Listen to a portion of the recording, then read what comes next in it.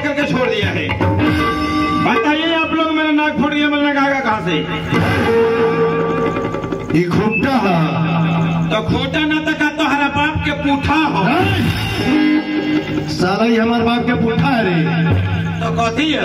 तोरा मालूम नहीं है का है? ना नहीं है। अरे ई हमाई एमे का कर लेला भाई?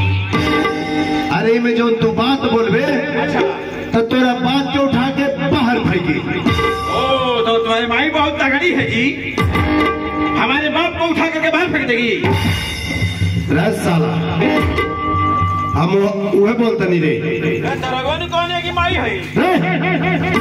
हमारा माई ना है। हाँ अन तारा बाप को उठा के बाहर फेंकी।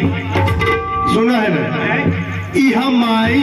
अच्छा एकर में जो तू बात बोलवा, अच्छा यानी कि आवाज बोलवा, तो तुम्हारा आवाज को उठा के बाहर फेंकी। ये आवाज उठा के बाहर फेंकी। हाँ तो माइक हो? हाँ तो कहा रे? अच्छा हाई माइक हो, लेकिन एक नीचे हाई लगा रही को दियो। हाँ नीचे वा। अरे यहाँ स्टैंड स्टैंड। हाँ हो तो कहा इन्हें को बॉस वॉस लगल बा हो? पूरा स्टैंड खाली बा। साला घोट आई 2-4 गो सवारी ले बैठल बानी, बॉस की इंतजारी में। पागल है इसका रे? हाँ हम पागल नहीं, घर से भागल बा। साला तोरा बस स्टैंड लौकता? मैंने रघुवन कौन स्टैंड हो? अरे स्टैंड हो पर ई माइक के खड़ा करे वाला नु स्टैंड है। अच्छा ये माइक खड़ा करे वाला स्टैंड हो? हाँ अच्छा मान गई कहीं माइक खड़ा करे वाला स्टैंड हो, हाँ लेकिन एक पीछे हाई के फसाई बा। अब का हो? ऐसे क्या करते रे? मान साल फसाई बा। तोरा नहीं क्या मालूम है कहा है? ना हमारे मालूम है नहीं कथी फसाइल भाई। रे कहाँ से बड़ी से? बड़ी दूर से। बड़ी दूर से? हाँ बड़ी दूर का होने से लमहारा के ये से। तोरा मालूम है नहीं कि कहा? मालूम है तो पूछवा करती है ना? सुन, एकरा के लोग इंग्लिश में कहेला वायरिंग। केने होला फायरिंग? अरे साला चुतिया, तू फायरिंग कर रहे बड़े? रघुवन कौन ने होला फायरिंग? अरे फायरिंग थोड़ी बोलता नहीं। हाँ एकरा के लोग इंग्लिश में कहेला वायरिंग। अच्छा इंग्लिश में वायरिंग। हाँ हिंदू में मतलब हिंदी में? हिंदी में? हिंदी में क्या कहते हैं इसको? अरे हिंदी में एकरा कहेला तार। केकर सार? गाली दे मेरे साला रे। ए गोरियोनी थोड़ी है। क्या बोली सर? हम लोग ना गोरियोनी हम। क्या बोल रहे हो? हम कहानी बाहर तार। ऐसे बोलना? जा चिना गइला। जा चलता नहीं। हाँ जाई जाता नहीं। हाँ नहीं अब का भइलो? केकरा के जो कहली सर? हम कहानी लेवा जाता है तो जाई। ऐसे बोल रहा? हाँ जाई। अरे सुन, का हो? हम तोरा कहीं देख ले बानी। हमरे के? हाँ कहां देख ले बड़ा? साला ऐसे क्या करते रे? ए हमर मुड़िया हिलत रहेला, मैंने कहां देख ले बड़ा? तोरा का हमारे स्कूल में देखनी है। हाँ तो स्कूल में हम रोज जाई ने पौड़े। अरे साला वहाँ पे पौड़े चल जाला। आज तो वहाँ जाई ने तो साफ जाना धूल ताबड़ तोड़ पौड़ी ने। साफ साले लील गणा से हुआ। हम लील गाना से हई आई गणासी के चाली। वहाँ पे साला पोखरा खराब बा के वहाँ पे पढ़े देवे। तो ओकरा के हम कही ने। अरे वहाँ पे पढ़े जाए जाला। हाँ पढ़े जक्का बड़ा गई हो। पढ़ल लिखल बड़ी? बहुत ज्यादा पढ़ल लिखल बनी। कहाँ से कहाँ तक पढ़ल बड़ी? इंग्लिश से पहाड़पुर तक। अरे साला चुतिया वो गाँव के नाम है? आज ना पढ़ाई हो। पढ़ाई है? असली पढ़ाई तो ये हो। अच्छा इंग्लिश आवेला? आवेला। जरा सुनाओ तब। इंग्लिश? हाँ सुनिएगा। अरे एकदम सुना ना। हाँ तो आइए सामने मैं सुना रहा हूँ। अरे सुनाओ। डिस्काइटिंग डिस फॉर फाइटिंग। डिस्काइटिंग डिस फॉर फाइटिंग।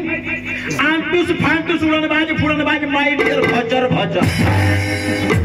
उठाओ दिस लाठी फोड़न दिस तलवार भागन दिस रहरिए। क्या समझ पढ़े लिखे नहीं है? अरे मान गए कि तू बहुत पढ़ा लिखल बड़ा। हाँ तो मानना पड़ेगा। सुना है ना? पर जो तू इंग्लिश बोल रहा है वो अभी तक हमारे दिमाग में बैठल नहीं है।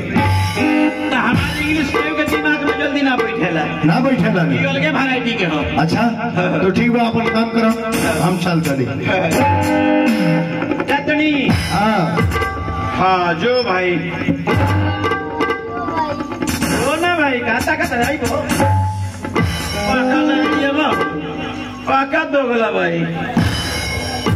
हेलो हेलो कोहे के बात बाकी कोहतनी तो भागा भागा देवा नहीं कहता पर परा देवा लेकिन कहिए दाल ठीक बा लेकिन बीच गांव में बानी पर्दे में चले के पड़ी पर्दा से जब बेपर्दा भइल तो बड़ा अल्टर हो जाई। हाँ भाई हो लेकिन लोग देख के हमरो मियाँ जो बड़ा घबरा गइल बा तो रवलोनी आ गइल बनी हम पहुंच गइल बनी। अरे वो सबन तो बारी बारी से सब केहू के देखिए ले गइल लोनी और बाद में हम आइल बनी हमरो देखी लोनी।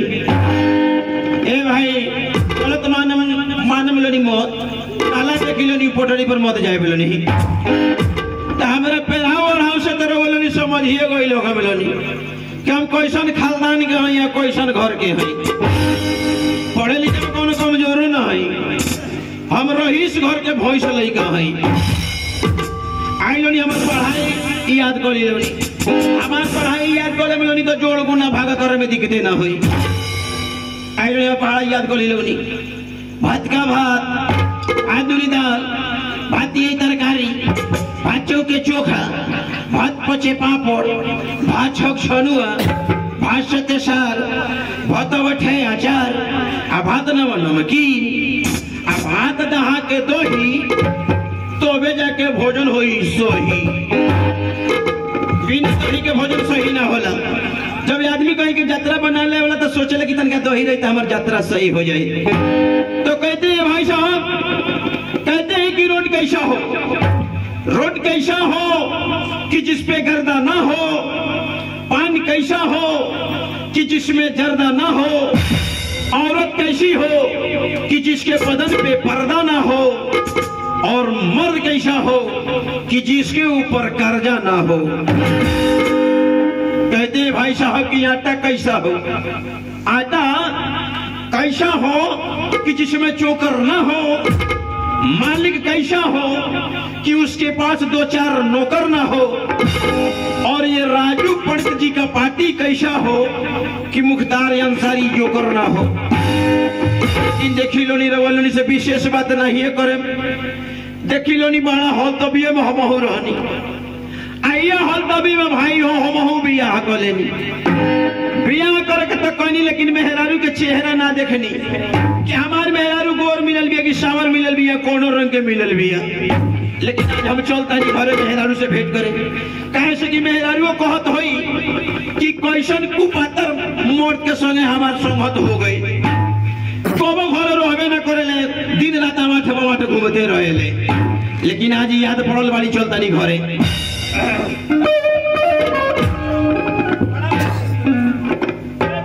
प्रणाम भाई जी खिसियाए मत मैंने जी लगा दी जी को दिन तो खराब हो गई हो ठीक है नो। हाँ तो ठीक है रहे के चाहिए हमरा घरे जाए के रास्ता का बड़ा गइल बनी के माहे चाहिए रास्ता भुला गइल बनी रास्ता बता दी हां बता देती तो बड़ा बढ़िया रही। दाहिने छोड़ दिया दाहिने छोड़ दे बाएं छोड़ दिया बाएं छोड़ दे आ सीधे आगे दाहिने चल जाइए। इतना निमन रास्ता पता होता है को तरह दाएं छोड़ दिया बाएं छोड़ दिया अगला ना रे दादा तू रास्ता ना जा बड़ा खतरा बा और रास्ता बड़ा खाल ऊंच बा ना जाबो में कोई जे खालका में गोड़ पड़ी गिरम तो मुंह फूट जाई। चलता नहीं भाई खुड़ पेरिए चलता नहीं कुछ गाँव के रास्ता कट जाए या घर भी पहुंच जाए।